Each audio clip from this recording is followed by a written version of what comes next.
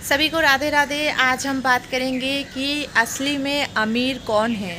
कौन है अमीर, अमीर किसको बोलते हैं, इसी के बारे में चर्चा करेंगे। और कौन से लोग गरीब हैं।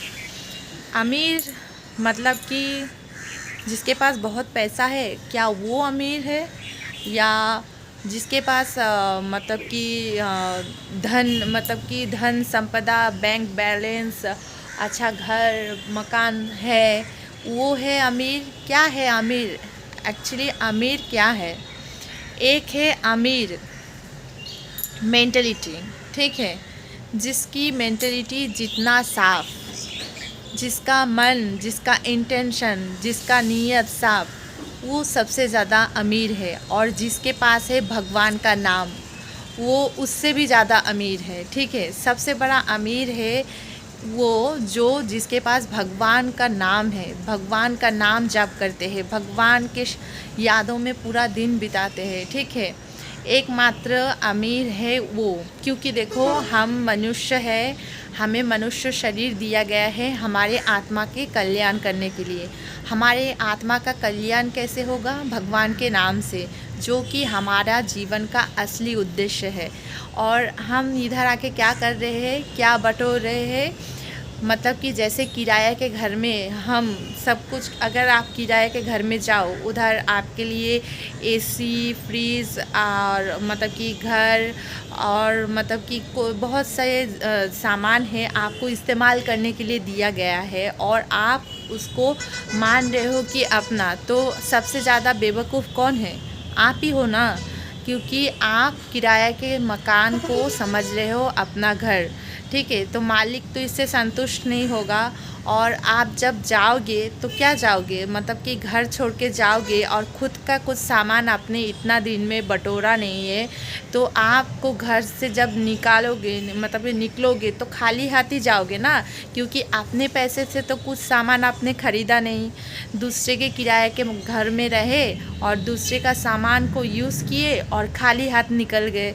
ठीक है, कुछ मतलब कि धन भी नहीं इकट्ठा किया और आपने अपने पैसे से कुछ ख़रीदा भी नहीं।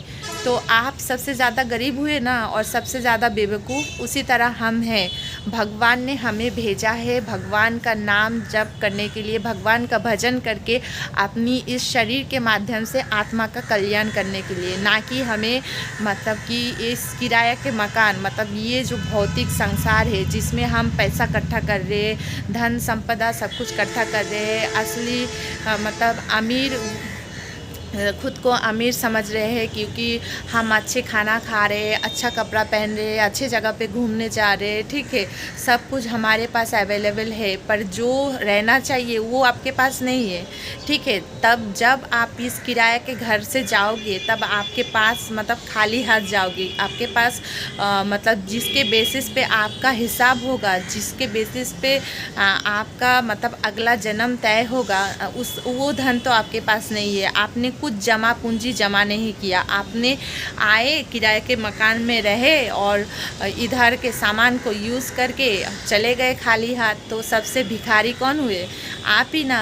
तो इसीलिए गरीब वो लोग हैं जो कि भगवान का नाम जिसके पास नहीं है, भगवान का नाम जप नहीं करते हैं, भगवान का भजन नहीं कर रहे हैं। और अमीर वो है जो जिसके पास कुछ भले भौतिक संसार का कुछ ना हो, पर उसके पास भगवान का नाम है, भगवान का भजन करते हैं, दिन रात भगवान के भजन से मतलब भगवान की यादों में रहते हैं, और वो असली धन इकट्ठा कर रहे हैं, जिसके बेसिस पे उसका अगला जीवन तय होगा, या वो भगवान के पास भगवत धाम में या निकुंज में वैकुंठ में जाएगा। ठीक है, भगवत प्राप्ति उसकी हो जाएगी, नहीं तो उसका मोक्ष प्राप्ति हो जाएगी। जो असली काम था वो उसने इस जीवन में इस शरीर के साथ जो करना था वो असली काम किया, बल्कि झूठे संसार की, भौतिक संसार को, धन को इकट्ठा नहीं किया, और मतलब कि किराए के मकान को अपना नहीं बनाया। माया। ठीक है,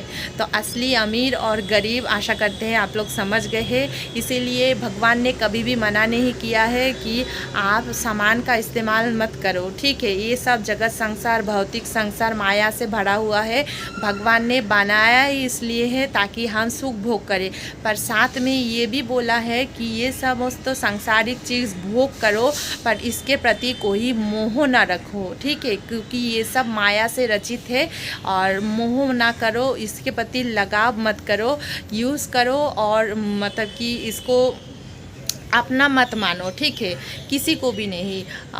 तो और भगवान जो करने आए हो, जीवन का जो असली उद्देश्य है उसको करो। ठीक है, इसका सब कुछ भोग करते हुए जीवन का जो असली उद्देश्य है उसको पालन करो, मतलब अपनी आत्मा का कल्याण करो, तभी जाके आपको परम पद भगवत प्राप्ति होगी और आप भगवान के धाम जाओगे। नहीं तो खाली हाथ बटोर मतलब कि खाली हाथ जाना पड़ेगा इधर से, क्योंकि हम सब जानते हैं मरने के बाद हम कुछ साथ में नहीं लेके जाते, पर हम वही सब चीज़ के पीछे भाग रहे हैं और वही सब धन संपदा इकट्ठा कर रहे हैं, भगवान का नाम जप नहीं कर रहे। ठीक है, तो अगर आप अमीर बनना चाहते हो सच में, तो भगवान का नाम जप, ध्यान, मेडिटेशन, कीर्तन सब कुछ करते रहिए। आशा करते हैं आपको समझ में आ गया होगा। चलिए धन्यवाद, राधे राधे, और कमेंट पे ज़रूर राधे राधे लिखिएगा।